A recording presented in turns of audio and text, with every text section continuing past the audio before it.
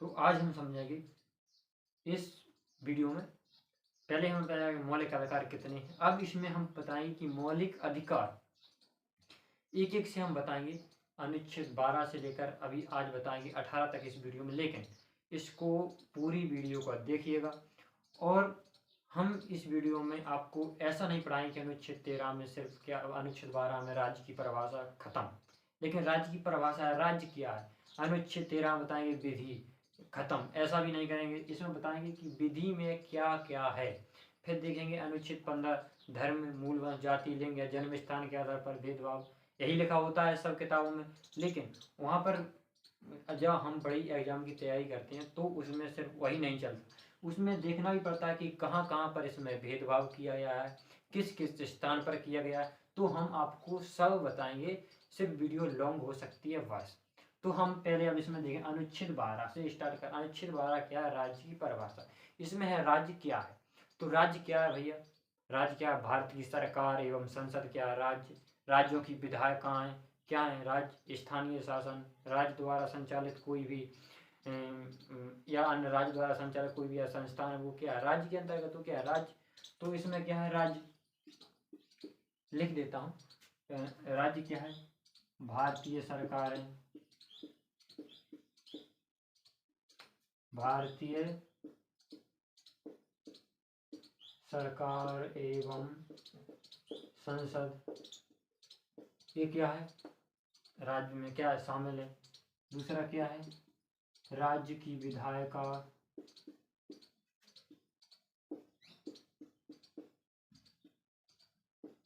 राज्य की विधायिका।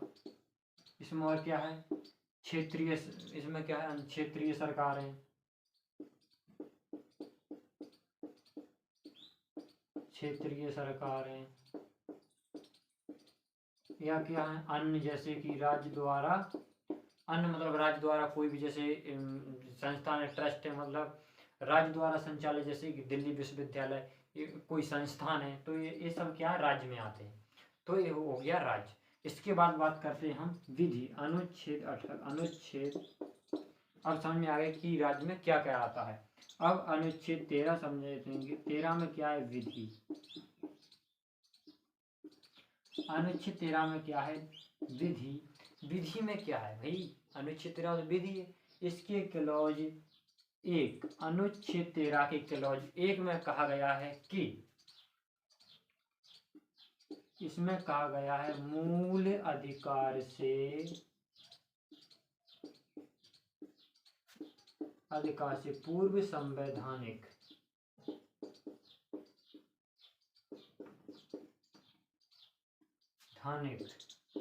विधियां यदि टकराती हैं,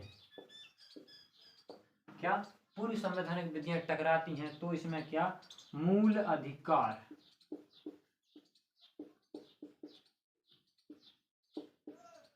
मूल अधिकार क्या है इसमें, प्राथमिक। तो इसमें क्या, यदि मूल अधिकार से पूर्व संवैधानिक विधियां टकराती हैं तो इसमें मूल अधिकार को प्राथमिकता दी जाएगी। अब इसमें पूर्व संवैधानिक विधियां क्या हैं भाई, पूर्व संवैधानिक विधियां वे हैं जो संविधान से पहले बनी हुई विधियां हैं, जो क्या हैं, पूर्व संवैधानिक विधियां। अब पूर्व संवैधानिक विधियां, जैसे कि संविधान हमारा कब बना, संविधान बना 1950। इसके पहले जो विधियां थी भाई वो क्या, जैसे 1860 में जो विधि बनी थी वो क्या है, पूर्व संवैधानिक विधि। तो इसी में कहा गया है, इसको नाम दिया गया किसका, आच्छादन का सिद्धांत। इसे क्या बोलते हैं, आच्छादन का सिद्धांत, इसे बोलते हैं आच्छादन का सिद्धांत। लेकिन जो ये पूर्व संवैधानिक विधियां हैं, इनका आपस में टकराव होता है, तो मूल अधिकार हैं ये पूर्व संवैधानिक विधियों को डंक लेंगे। डंक मतलब लेते हैं इनको, एक तरह से ढक लेंगे। और लेकिन ये पूर्व संवैधानिक विधियां ये समाप्त नहीं होंगी, ये बनी रहेंगी। जैसे ही मौलिक अधिकार समाप्त होता है ये अपने आप स्वतः क्या हो जाती हैं, ये पूर्व संवैधानिक विधियां स्वतः ही प्रभाव में आ जाती हैं। तो ये आच्छादन का सिद्धांत। और समझते हैं इसके क्लॉज 2 में क्या है।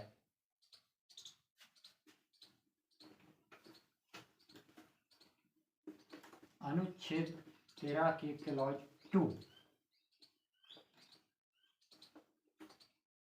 इसके क्लॉज अनुच्छेद 13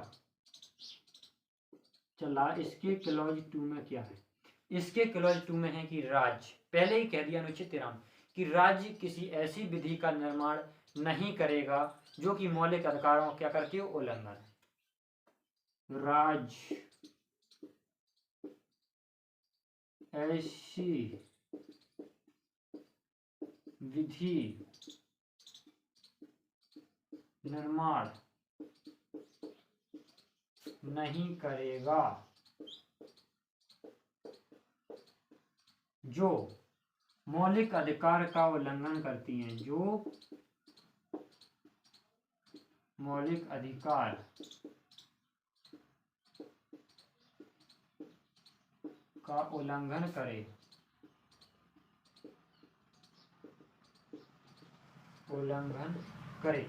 राज्य ऐसी विधि का निर्माण नहीं करेगा भाई जो मौलिक अधिकार का उल्लंघन करे। मौलिक अधिकार यदि राज्य ऐसा करता है तो न्यायालय क्या करेगा, उस विधि को क्या कर देगा, रद्द कर देगा, जिस विधि ने मौलिक अधिकारों का उल्लंघन किया है। इसे बोलते हम पृथक्करण का सिद्धांत, इसे नाम देते हैं पृथक्करण का सिद्धांत। इसे क्या बोलते हैं, पृथक्करण का सिद्धांत।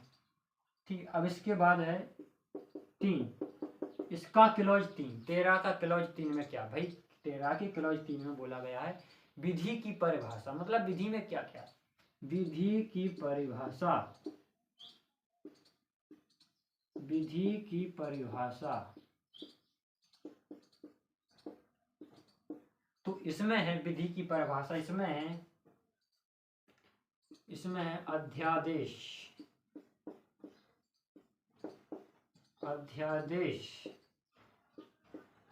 उपनियम, विनियम,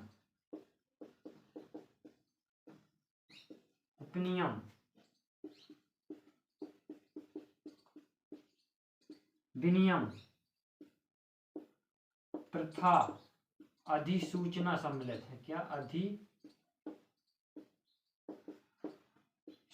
सम्मिलित है? अधिसूचना क्या है, सम्मिलित है। जैसे विधायिका द्वारा बनाया गया कानून इसमें होगा,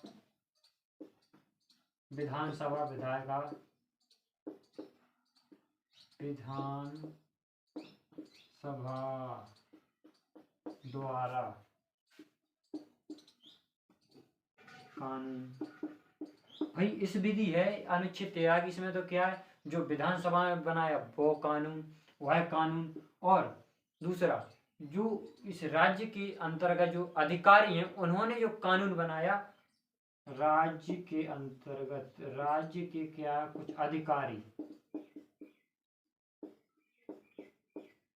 अधिकारी हैं, उन्होंने जो कानून बनाया, विधि बनाई, कानून या विधि, वो क्या अनुच्छेद 13 की विधि में क्या सम्मिलित रहेंगे। ये सभी क्या है, अनुच्छेद 13 की विधि में सम्मिलित है।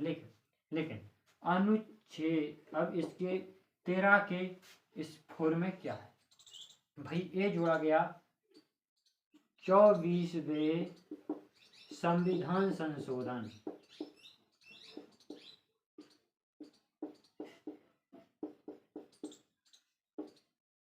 1971 के द्वारा। तो अनुच्छेद 13 का क्लॉज 4 कब जोड़ा गया, किस संविधान संशोधन द्वारा जोड़ा गया, तो 24वें संविधान संशोधन 1971। तो भाई इसमें क्या है, इसमें है भाई जो ये विधि है, ये विधि संविधान संशोधन की विधि से क्या है, पृथक। ये विधि है संविधान संशोधन विधि से पृथक का मतलब होता है अलग। तो ये विधि भाई संविधान संशोधन की विधि से क्या है, अलग है। जो संविधान संशोधन की विधि है भाई, तो भैया अनुच्छेद किसमें, अनुच्छेद 368 में अनुच्छेद 368 में निहित है, जिसके द्वारा किसी भी अनुच्छेद के किसी भाग को हटाया या जोड़ा जा सकता है। लेकिन जो अनुच्छेद 13 में विधि है, उसके द्वारा अनुच्छेद के किसी भाग को घटाया या बढ़ाया नहीं जा सकता, वो विधि अलग है, अनुच्छेद 368। ये बात ध्यान देने वाली है। तो अब हमारी यहाँ तक बात क्लियर। अब हम देखते हैं अनुच्छेद 14 में क्या है। 14 क्या है? अनुच्छेद 14। अब देखते हैं मौलिक अधिकार। वहां तक हमारी बात खत्म। अब देखते हैं मौलिक अधिकार 14 से 18। तो 14 से 18 पहले क्या था? पहला मौलिक अधिकार था हमारा, कौन था? समता या समानता का अधिकार। कौन था? समता या समानता का अधिकार। ये कहां से कहां तक था? तो ये था हमारा 14 से 18 तक। तो हम अब देखते हैं। तो क्या अनुच्छेद 14 में क्या? अनुच्छेद 14 में भाई दो बातें हैं, विधि के समक्ष समानता और दूसरा क्या है? विधि का समान संरक्षण। तो इसमें पहले देखते हैं, इसमें दो बातें कही गई हैं। एक तो है विधि के समक्ष समानता और इसमें दूसरा है विधियों का समान संरक्षण। विधि का समान क्या है? संरक्षण।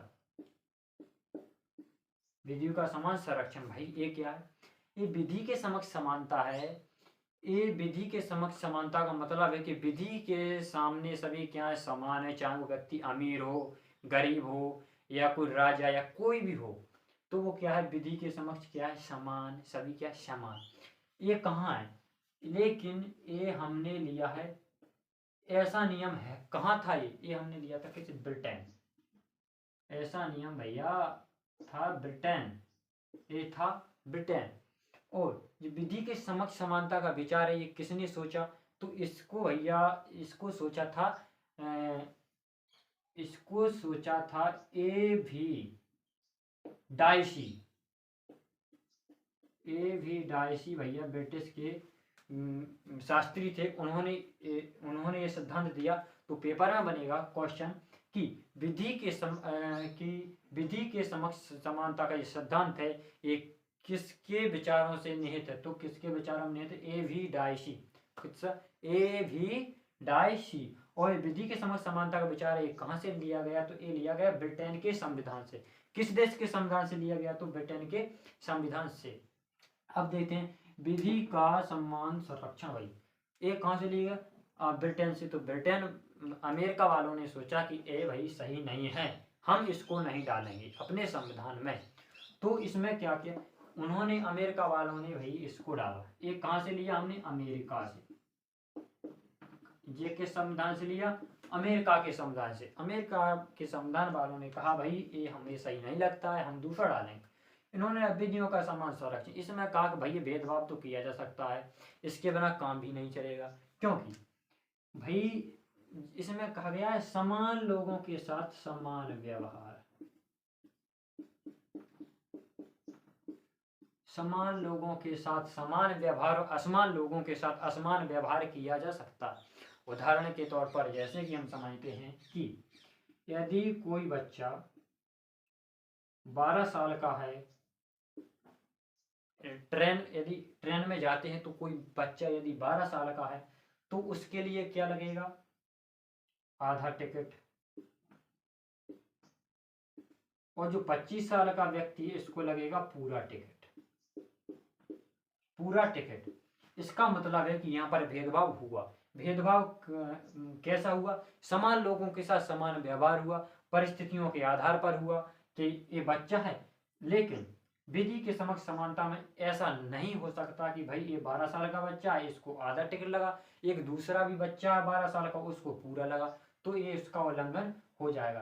तो इसमें क्या है? विधि के समान क्या संरक्षण, यानी परिस्थितियों के आधार पर भेदभाव किया जा सकता है। और ये तार्किक है, ये होना भी चाहिए। जैसा कि अभी देखा है कि अभी तक किसी महिला को फांसी हुई ही नहीं है कोई सजा पर, पुरुषों को कितनी हो गई। तो यहाँ पर क्या है, जो विधि के समान संरक्षण है इसका हमें प्रभाव देखने को मिलता है। तो भाई हमारे संविधान बहुत ही होशियार थे, तो उन्होंने संविधान निर्माता बहुत ही होशियार थे, तो उन्होंने सोचा क्यों ना हम इन दोनों को डाल दें। तो ये हमने ले लिया ब्रिटेन से, ये ले लिया अमेरिका से, तो हमने अपने संविधान में इन दोनों को डाल दिया। तो कहा हमारे यहाँ कहीं कहीं क्या कि भेदभाव भी होता है सिर्फ परिस्थिति के आधार पर, तो ये जरूरी भी है। अब ये जरूरी है भाई देश को बेहतर बनाने के लिए। तो अब इसके बाद हम बात करेंगे कि जो विधि के समक्ष समानता है, विधि के समक्ष समानता से भैया सभी के लिए समान, लेकिन इसमें अपवाद है। दो व्यक्ति ऐसे हैं इनकी विधि के समक्ष समानता का सिद्धांत लागू नहीं होता। अपवाद, अपवाद। अब ये अपवाद कौन है भाई? राष्ट्रपति और राज्यपाल दो ऐसे व्यक्ति हैं जिन्हें वो मर्डर भी कर देते हैं, फिर भी उनके ऊपर कार्रवाई नहीं की जाएगी, ना ही उसे दंड दिया जाएगा, क्योंकि वे अपने पद पर रहने के दौरान न्यायपालिका के प्रति उत्तरदायी नहीं है। भाई न्यायपालिका उसे नहीं ले जाया जा सकता। लेकिन भाई जब संविधान बन रहा था तो उस पर बहुत बहस भी हो गई कि इन दोनों को ऐसा क्यों छोड़ा कि विधि के समक्ष समानता से छूट है। तो वहां पर फिर एक प्रावधान डाला कि भाई जब तक ये अपने पद पर हैं राष्ट्रपति और राज्यपाल, तब तक इन्हें कुछ नहीं किया जाएगा। जैसे ही ये अपने पद से हटते हैं तुरंत इन पर क्या कार्रवाई की जाएगी। ठीक है। तो अपवाद में क्या, राष्ट्रपति और राज्यपाल को विधि के समक्ष समानता से क्या है, छूट। विधि के समक्ष समानता से क्या है, छूट। ये क्या है, अपवाद। भाई इन्हें छूट है, ये मर्डर भी कर दें कोई टेंशन नहीं, लेकिन ये जैसे ही अपने पद से हटेंगे इनके ऊपर कार्रवाई कर दी जाएगी।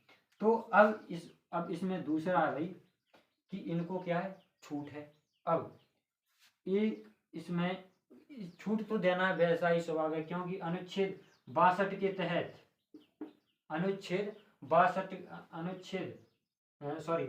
के तहत राष्ट्रपति को ये अधिकार है कि वो अपनी सजा माफ कर सकता है। और अनुच्छेद 162 के तहत राज्यपाल को भी ये अधिकार है भाई कि ये अपनी सजा खुद माफ कर सकते हैं। तो उन्होंने सोचा कि क्यों इनको फालतू बर्बाद किया है, केस लड़ेंगे तो 10 साल केस चलेगा, और फिर यदि उन पर सजा भी हो जाती है तो क्या वो अपनी सजा क्या कर लेंगे, माफ कर लेंगे अपने 72 द्वारा, अनुच्छेद 162 द्वारा। तो यहाँ पर किया गया कि जब तक वे अपने पद पर हैं उनको एंजॉय करने दो, उनको कोई सजा नहीं, लेकिन जैसे ही अपने पद से हटे तुरंत कार्रवाई उस पर की जाएगी, जेल में डाल दिया जाएगा। अब इसमें क्या है, दूसरे में क्या है कि व्यक्तिगत कार्यों के लिए सिविल कार्यवाही प्रारंभ की जा सकती है। राष्ट्रपति या राज्यपाल, राष्ट्रपति व राज्यपाल को व्यक्तिगत कार्यों के लिए क्या, व्यक्तिगत कार्यों के लिए,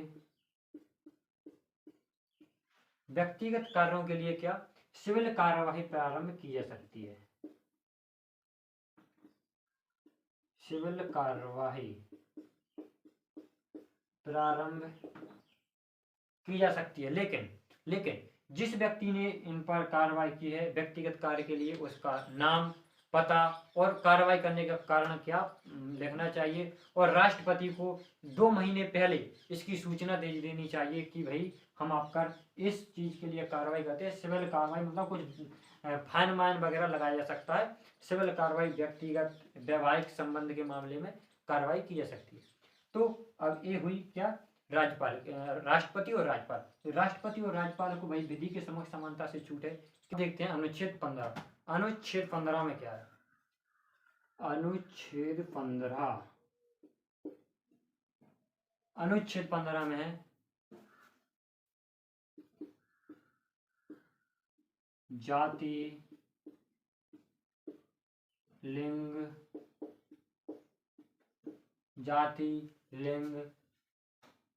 मूल वंश, धर्म, जन्म स्थान, जन्म स्थान में भेदभाव पर निषेध, भेदभाव क्या है, निषेध। इसमें है अनुच्छेद 15 में 5 आधार पर रोकता है ये भेदभाव के लिए। किन आधार पर? जाति, लिंग, मूलवंश, धर्म या जन्म स्थान। जाति या किसी भी जाति का हो उसके साथ भेदभाव नहीं किया जाएगा। लिंग स्त्री या पुरुष तो उसके साथ भेदभाव। मूलवंश, मूलवंश वही ऐसा है कि मूलवंश है जैसे कि जब अंग्रेज थे तो किसी ने उन्होंने क्या हमारे साथ भारतीयों के साथ क्या गलत किया हो, अंग्रेजों का साथ दिया हो, वो क्या मूलवंश। अब उनकी आगे अभी संतान है तो उनके साथ हम भेदभाव नहीं करेंगे कि तुम्हारे जो पहले के पूर्वज वाले थे उन्होंने ऐसा किया था, तो इस आधार पर मूलवंश के आधार पर भेदभाव नहीं किएंगे। धर्म, कोई सा भी धर्म का हो। जन्म स्थान, जन्म स्थान कहीं भी जन्म हुआ उसके आधार पर क्या भेदभाव पर निषेध, भेदभाव नहीं करेंगे। अब इस अनुच्छेद 15 के क्लॉज ए में क्या है भाई? क्लॉज ए में है, अब तो यहाँ समझिए कहाँ कहाँ भाई भेदभाव नहीं होगा इन आधार पर।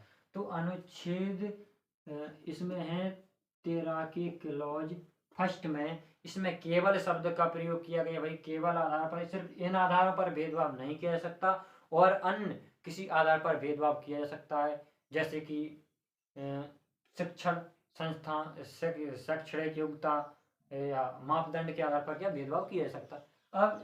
अब इसकी क्लॉज 2 15 के भाई क्लॉज 2 में क्या है? जाति, लिंग, जन्म स्थान, मूलवंश, धर्म के आधार पर भेदभाव कहाँ नहीं किया जाएगा? तो भैया जैसे कि दुकानों,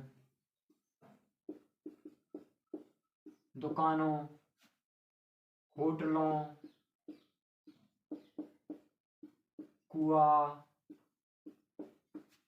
तालाबों और जो भी सार्वजनिक उपयोग के लिए जो भी जितने भी क्षेत्र हैं, जितने भी रेस्टोरेंट वगैरह कुछ भी है, तो उनमें क्या इन आधार पर कि भाई तुम इस जाति का है, तेरे लिए इसमें खाना नहीं है, तो ये नहीं किया जाएगा। और ये प्रावधान क्यों डाला भाई? अम्बेडकर जी थे, उनके साथ ये ऐसा व्यवहार किया गया था, तो उन्होंने सोचा कि भाई कि आगे भविष्य को सुधारना है तो ये हमें प्रावधान डालना पड़ेगा, किसी के साथ भेदभाव ना हो, मतलब आगे से भेदभाव ना हो। तो ये भेदभाव का आधार है, ये तो हमने मूल अधिकारों के द्वारा इसे समाप्त किया, तो ये नहीं करेंगे। इसके बाद है इसका क्लॉज 3, जो भाई 15 का क्लॉज 3 है, इसमें क्या कहा गया भाई? इसमें कहा गया है कि तार्किक भेदभाव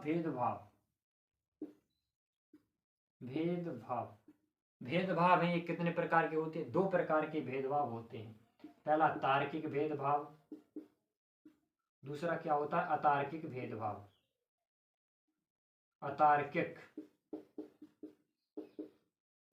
अतार्किक भेदभाव। तो भाई इसमें कहा गया कि तार्किक भेदभाव किया जाएगा। तार्किक भेदभाव का मतलब है जैसे बच्चों या महिलाओं के उत्थान और विकास के लिए कुछ नियम बनाए जा सकते हैं। उत्थान के लिए कार्य, महिलाओं व बच्चों के उत्थान के लिए कोई कार्य, उत्थान के लिए कार्य, महिलाओं को जैसे आरक्षण कुछ में दिया जाए, और बच्चों के लिए तो वैसे ही उत्थान के लिए कुछ कार्य है, जैसे कि वो मिड डे मील जो बोलते हैं, स्कूल में क्या मिलता है, खिचड़ी वगैरह, खाना वगैरह मिलता है, तो क्या तार्किक भेदभाव है। लेकिन अतार्किक भेदभाव भाई, अतार्किक भेदभाव बिल्कुल नहीं किया जाएगा, तो इसमें क्या तार्किक भेदभाव किया जाएगा। इसके क्या है, इसके फोर में क्या है? इसमें है भैया सामाजिक एवं शैक्षणिक दृष्टि से पिछड़े, मतलब अनुच्छेद 15 के 4 में है सामाजिक, इन सभी चीजों को याद करने की जरूरत है। पेपर में पूछा जाएगा कि भाई दुकानों, होटलों, कुआ, तालाबों, इन सभी सार्वजनिक स्थान के जो क्षेत्र हैं उस पर किस अनुच्छेद के तहत रोक है, उसमें दिया जाएगा 15 का 16 का क्लॉज 1, 17 और 15 का क्लॉज 2। तो यहाँ पर कौन सा, यहाँ पर ये 15 गलत हो जाएगा, यहाँ पर 15 का क्लॉज 2 हो जाएगा, क्योंकि इसमें स्पष्ट रूप से दिया गया है कि इन आधार पर भेदभाव नहीं किए, इसलिए ये बहुत ही जरूरी है। अब देखते हैं हम अनुच्छेद 15 का क्लॉज 4 में क्या है, सामाजिक एवं शैक्षणिक, सामाजिक एवं शैक्षणिक रूप से पिछड़े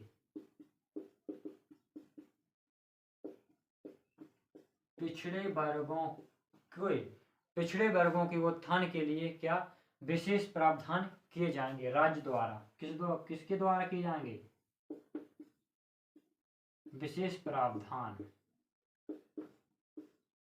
किसके द्वारा किए जाएंगे, लेकिन ये राज्य के द्वारा। भाई शैक्षणिक स्थान के जो पिछड़े हैं उनके लिए कुछ स्कूल खोल दे, और सामाजिक दृष्टि से तो उनके लिए विधानसभा कुछ सीटों में क्या आरक्षण दे दे, उनके लिए कुछ छोड़ दे, यानी कि सामाजिक आधार पर उनकी क्या भला हो सके। तो इस आधार पर विशेष प्रावधान किए जा सकते हैं। अब ये पहले तो एक क्लॉज 5 जोड़ा कब गया, तो क्लॉज 5 जोड़ा गया हमारा 93वें संविधान संशोधन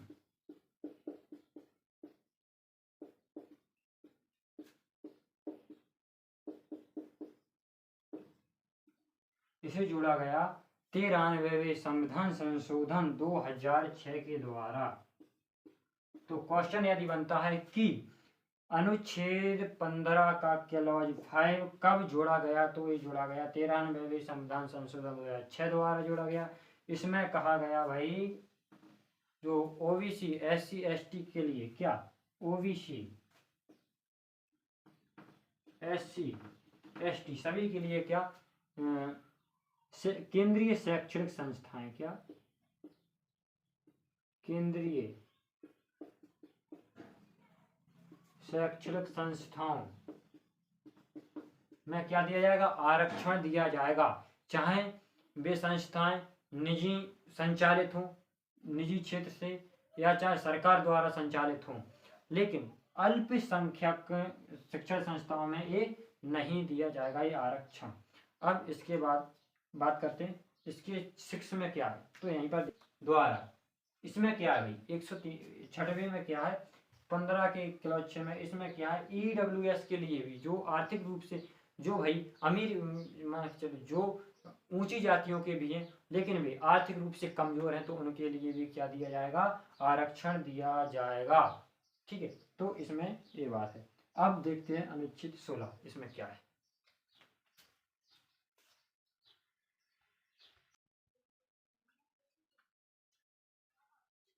चलो अब देखते हैं अनुच्छेद 16।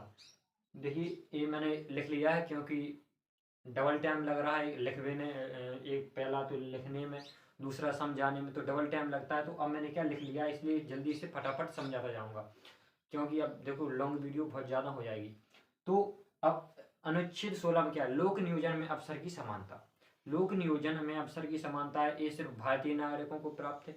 अनुच्छेद 16 ये भारतीय नागरिकों को प्राप्त है। लोक नियोजन में अवसर की समानता का मतलब है कि राज्य के अंतर्गत सेवाओं में सभी के लिए समान अवसर उपलब्ध कराए जाएंगे। इस दूसरे में है राज्य के अंतर्गत रोजगार एवं नियुक्ति में समानता। क्या, राज्य के अंतर्गत नियुक्ति एवं रोजगार में समानता, इसका मतलब नियुक्ति इसमें नियुक्ति का मतलब होता है कि जब हम किसी सेवा में प्रारंभ में नियुक्ति होती है हमारी, मतलब किसी जॉब में हमारा जब सिलेक्शन होता है तो उसे बोलते हैं नियुक्ति। और रोजगार यानी सिलेक्शन के बाद हमें जो वेतन और भत्ते मिलते हैं उनमें क्या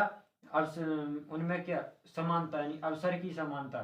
राज्य के अंतर्गत रोजगार नियुक्ति में समानता यानी अवसर में समानता है। इसमें कोई किसी तरह का भेदभाव नहीं किया जाएगा कि किसी को ज़्यादा किसी को कम वेतन, किसी को ज़्यादा, किसी को कम नंबर पर पास कर दिया, किसी को ज़्यादा, तो इसमें क्या है समानता। इसके 3 में क्या है, केवल धर्म प्रजाति जाति लिंग उद्भव या जन्म स्थान पर विभेद यानी भेदभाव पर क्या है निषेध यानी रोक।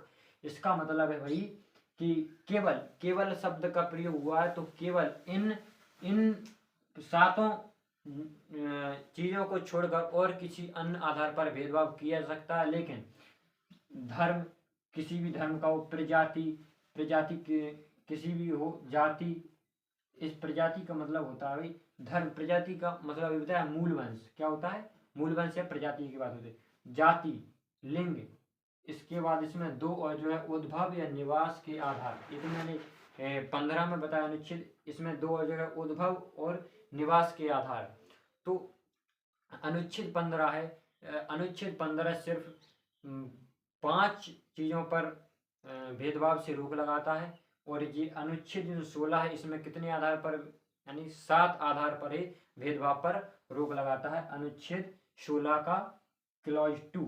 इसके बाद 3, इसमें है निवास के आधार पर भेदभाव से निषेध, यानी निवास के आधार पर किसी के साथ क्या सरकारी सेवाओं में क्या नहीं किया जाएगा, भेदभाव नहीं किया जाएगा। इसका मतलब है कि कोई व्यक्ति किसी दूसरे राज्य का है तो उसको हमारे राज्य में वही सुविधाएं दी जाएंगी जो हमारे राज्य में हमको दी जाती हैं सरकारी सेवाओं में, यानी अब सभी को अवसर की समानता है। तो राज्य निवास के आधार पर भी भेदभाव नहीं होगा, कहीं का भी हो, कोई किसी भी अपने राज्य का हो। इसमें है इसके क्लॉज 4, 16 के क्लॉज 4 में भाई राज्य के अंतर्गत नियुक्ति एवं रोजगार में आरक्षण, भाई राज्य के अंतर्गत नियुक्ति एवं, नियुक्ति का मैंने अर्थ बता दिया और रोजगार का भी बता दिया।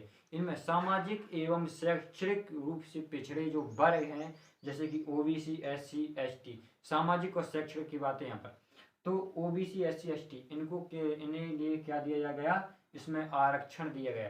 देखिए जो आरक्षण है, आरक्षण तो पता है क्यों दिया गया, जो आरक्षण इसलिए नहीं दिया गया कि भाई जो ऊंची जातियों के लोग हैं उन्हें क्या नौकरी में नहीं लिया जाएगा, वो इसलिए दिया गया कि जो पिछड़ी जाति के लोग हैं, जो शैक्षिक रूप से कमज़ोर हैं, अच्छी शिक्षा शुरू से नहीं मिली है, अच्छी स्कूल नहीं मिला है, तो क्या उनको थोड़ा आरक्षण राहत दी जाए, जिससे कि वो भी सरकारी सेवाओं में अपना स्थान सुनिश्चित कर सकें।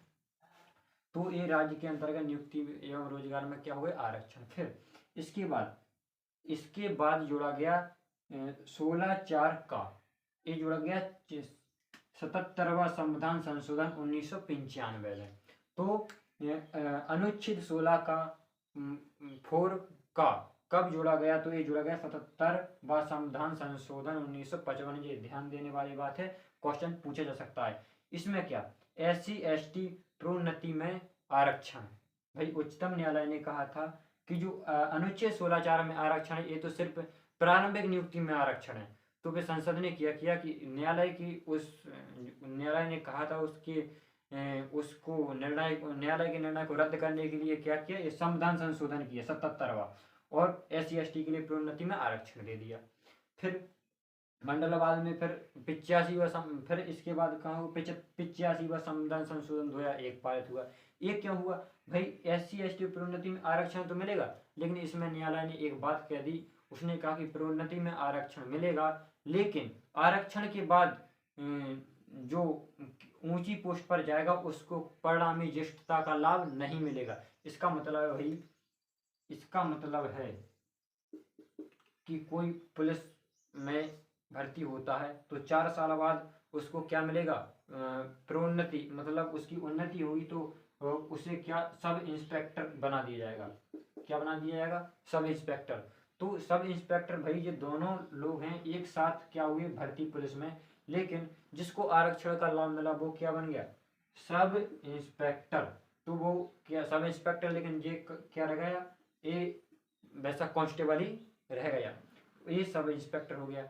और तो फिर इसमें बोला कि भाई जो परिणामी ज्येष्ठता है उसका लाभ नहीं मिलेगा। तो इस निर्णय को भी चेंज करने के लिए संविधान में 85वां संविधान संशोधन 2001 किया गया, और जो 16(4) का इसमें क्या संशोधन किया गया, इसमें संशोधन करके बोला गया परिणामी ज्येष्ठता का लाभ भी मिलेगा, परिणामी ज्येष्ठता का लाभ क्या मिलेगा। अब इसके बाद है अनुच्छेद 16(5) धार्मिक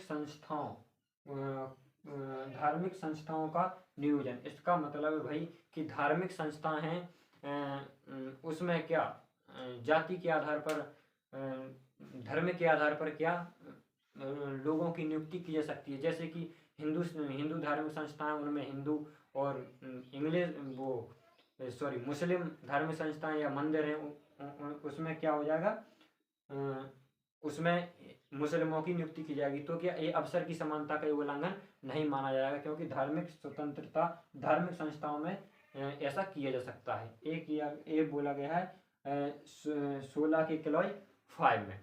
अब यहाँ पर थोड़ी बात कर लेते हैं कि आरक्षण किसको मिल रहा है, पिछड़े वर्गों को। तो भाई पिछड़े वर्ग हैं कौन, पिछड़े वर्ग है कौन, तो इसके लिए भाई पिछड़े वर्ग के लिए अनुच्छेद 368 के अंतर्गत राष्ट्रपति को ये अधिकार है कि सामाजिक एवं शैक्षणिक रूप से पिछड़े लोगों की पहचान करे, उनके विकास के लिए कुछ क्या कोई किसी आयोग का गठन करे। तो भाई यहाँ तो पिछड़े ओबीसी SC ST को क्या पिछड़े वर्ग को क्या दिया गया आरक्षण, लेकिन पिछड़े वर्ग हैं कौन, ये सबसे बड़ा मुद्दा था। तो इसके लिए पिछड़े वर्ग की पहचान के लिए पिछड़े वर्ग पहचान, पिछड़े वर्ग की पहचान के लिए एक आयोग गठित किया गया। पहला आयोग गठित हुआ, उसका नाम क्या था, काका कालेकर आयोग, काका कालेकर आयोग। ये गठित किया गया 1953 में। क्वेश्चन बनेगा कि जो पिछड़े वर्ग की पहचान के लिए पहला कौन सा आयोग गठित किया गया था, तो इसमें 2-3 नाम दे देंगे। तो उसमें पहला आयोग कौन था, काका कालेकर आयोग, ये 1953 में गठित किया गया। इसने कहा भाई कि हम जाति के आधार पर किसी को पिछड़े वर्ग में नहीं रख सकते हैं। फिर इसने इसके बाद बोला कि जो महिलाएं हैं उनको पिछड़े वर्ग में रखा जाए। तो क्या सरकार ने इसकी बातों को नहीं माना और रद्द कर दिया। इसके बाद फिर दोबारा पिछड़े वर्ग की पहचान के लिए एक दूसरा आयोग गठित किया गया, वो किया गया मंडल आयोग। दूसरे का नाम क्या था, मंडल आयोग। ये गठित हुआ 1979। मंडल आयोग का गठन हुआ 1979। तो इसमें क्या, इसने पिछड़े वर्ग की पहचान के लिए 3 आधार बनाए कि ये 3 आधार हैं, इस पर हम पिछड़े वर्ग की क्या करेंगे, पहचान। 3 आधार कौन कौन से हैं, सामाजिक, शैक्षणिक, तीसरा है आर्थिक। भाई इस मंडल आयोग ने जो जनता जब ये गठित हुआ था 1979 में, जब जनता पार्टी की सरकार थी, तो इसने कहा कि हम इन तीनों के आधार पर देखेंगे, जो सामाजिक दृष्टि से पिछड़ा है, जो शैक्षणिक दृष्टि से पिछड़ा है, जो आर्थिक दृष्टि से पिछड़ा है, जो इन तीनों दृष्टि से पिछड़ा है उसे हम पिछड़े वर्ग में रखेंगे। तो भाई इसने जब जांच की तो इसको पता चला कि जो पिछड़ी जाति के लोग हैं वही इन तीनों में क्या है, पिछड़े हैं। तो उसने बोल दिया कि जो पिछड़े जाति के लोग हैं वही क्या पिछड़े वर्ग में होंगे। तो केंद्र सरकार ने 1990 में इसकी अनुशंसा को मान लिया। ठीक है, तो इस तरह से अब क्वेश्चन ऐसा बनेगा कि जो पिछड़े वर्ग की पहचान है किस आयोग द्वारा की गई, तो पिछड़े आयोग की पहचान की गई मंडल आयोग के द्वारा 1779 में। इसी की बात को माना गया। आयोग का गठन तो किया गया ये, लेकिन इसकी बातों को माना नहीं गया, लेकिन इसके द्वारा गठन हुआ, इसकी बातों को मान लिया गया 1990 में मंडल आयोग की रिपोर्ट को। तो अब इसके बाद हम बात करते हैं अनुच्छेद 17 अब देख लेते हैं फटाफट से अनुच्छेद 17 और 18। तो देखिए अनुच्छेद 17 में क्या, अस्पृश्यता का अंत। भाई अस्पृश्यता क्या है, तो अस्पृश्यता भाई इसमें एक अस्पृश्यता निवारण अधिनियम बनाया गया 1955 में, जिसे वर्तमान में बोला जाता है सिविल अधिकार संरक्षण एक्ट 1976। भाई इसमें क्या अस्पृश्यता को परिभाषित तो नहीं किया गया, लेकिन इसमें अस्पृश्यता के कार्यों को बता दिया गया कि इन आधारों पर हम मानेंगे कि अस्पृश्यता इसने की है। तो जो भी व्यक्ति अस्पृश्यता करता है उसके लिए 2 वर्ष का दंड का प्रावधान है, 2 वर्ष की जेल होगी, और कुछ आर्थिक कोई शुल्क भी लगाया जा सकता है, और विधानमंडल या विधानसभा संसद या विधानमंडल में उसे क्या निर्वाचित होने का अधिकार भी प्रतिबंधित हो जाता है यदि कोई अस्पृश्यता करता है। तो अस्पृश्यता क्या है, इसमें क्या क्या चीज़ें शामिल हैं? तो देखिए, किसी व्यक्ति को पूजा स्थल पर आने जाने से रोकना है, पूजा से मना करना, क्योंकि धार्मिक स्वतंत्रता का अधिकार है, सभी को अपना अपना धर्म मानने की स्वतंत्रता है, तो हम किसी को रोक नहीं सकते।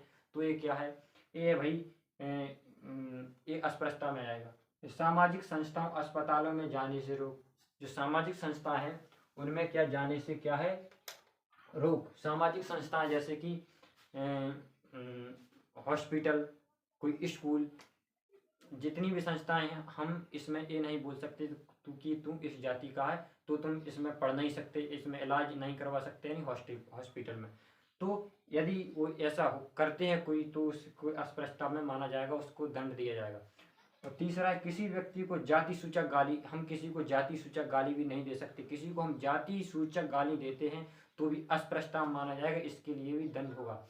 और इसमें कई चीज़ें, जैसे कि किसी को कुआं, तालाब, नलकूप से पानी भरने से रोकना, तो ये भी क्या एक तरह क्या अस्पृश्यता। तो यह है अस्पृश्यता। अब इसके बाद समझते हैं अनुच्छेद 18 में क्या है, उपाधियों का अंत। भाई उपाधियाँ क्या हैं? उपाधियाँ पहले जब ब्रिटिश थे तो उनके द्वारा उपाधियाँ दी जाती थी। उपाधियाँ वे हैं, उसे उपाधियाँ कहते हैं जिसके नाम के आगे जो जैसे कि पहले कहते थे बहादुर, आगे क्या बहादुर की उपाधि देते। चक्रवर्ती की उसके नाम के आगे चक्रवर्ती लगा दिया, तो क्या एक तरह की उपाधि, तो चक्रवर्ती की उपाधि दे दी। लेकिन इसमें कहा गया है कि भाई उपाधियों का अंत, किसी को किसी प्रकार की उपाधि नहीं दी जाएगी। इसमें क्या है, राज्य के द्वारा उपाधियों पर प्रतिबंध। भाई राज्य किसी को किसी प्रकार की उपाधि नहीं देगा, सिर्फ सैनिकों को और अकादमिक यानी शिक्षा के क्षेत्र में वो क्या उपाधि दे सकता है। इसका मतलब भाई ये नहीं है कि उपाधि नहीं देंगे, इसका मतलब ये नहीं है कि जो जिसने मेहनत की है वो शिक्षा के क्षेत्र में आगे गया, जिसने अच्छा महान काम किया, उसका सम्मान नहीं किया जाए। सम्मान किया जाएगा, लेकिन उपाधि नहीं दी जाएगी। उपाधि का मतलब होता है कि उसके आगे हमने जो भी पुरस्कार दिया, अवार्ड दिया, तो उसके नाम के आगे वो नहीं लगेगा, उसे बोलते हैं उपाधि। फिर दूसरा क्या है, विदेश से उपाधि पर प्रतिबंध। कोई भी भारतीय नागरिक है, इसमें कोई भी भारतीय नागरिक विदेश से कोई उपाधि प्राप्त नहीं करेगा। इसके बाद है राष्ट्रपति की सहमति से उपाधि। भाई इसमें क्या है, कोई विदेशी है वो क्या भारत का नागरिक नहीं है, लेकिन राज्य के अंतर्गत वो क्या है, सरकार के अंतर्गत क्या है, वो किसी ट्रस्ट के पद पर नियुक्त है, तो वह है बिना राष्ट्रपति की अनुमति के किसी विदेशी देश से क्या उपाधि धारण नहीं कर सकता, उपाधि नहीं ले सकता। इसके बाद क्या है, उपहार, भेंट एवं उपलब्धियों पर प्रतिबंध। भाई उपलब्धि, कोई नागरिक है, यदि वो राज्य के अंतर्गत कोई व्यक्ति जो राज्य के अंतर्गत किसी ट्रस्ट के पद पर क्या है नियुक्त है, तो वो क्या किसी विदेशी राज्यों से क्या उपहार या उपलब्धियां या पर प्रतिबंध, कोई भी उपहार नहीं ले सकता राष्ट्रपति की बिना अनुमति के। तो और भाई उपाधियां और पुरस्कार में क्या अंतर है? भाई 1953 में सरकार ने क्या कुछ पुरस्कार बनाए। वो पुरस्कार क्या थे, जैसे कि पद्म भूषण, पद्म विभूषण, भारत रत्न, पद्मश्री, ये क्या है पुरस्कार, तो ये दिए जा सकते हैं, लेकिन उपाधि नहीं दी जा सकती। उपाधि क्या होती है, उपाधि तो भाई किसी के आगे लगा दिया बहादुर, जैसे किसी को आगे चक्रवर्ती लगा दिए, तो क्या उपाधि, तो एक तरह की उपाधि नहीं दी जाएगी। तो सिर्फ क्या पुरस्कार, तो उपाधियों पुरस्कार में अंतर है, उपाधियां नहीं है। जो राज्य शिक्षा के क्षेत्र में भैया ये तो पुरस्कार देते हैं, पुरस्कार को मतलब है कि किसी ने अच्छा काम, सही काम किया तो उनको सम्मानित किया जा सकता है, लेकिन किसी को उपाधि नहीं दी जा सकती। जैसे किसी व्यक्ति को पुरस्कार मिला, उसका प्रयोग वो है अपने नाम के पहले नहीं कर सकता है। तो चलिए, आपको वीडियो समझ में आया हो, थोड़ा लंबा हुआ है, तो मिलते हैं अगली क्लास में। धन्यवाद।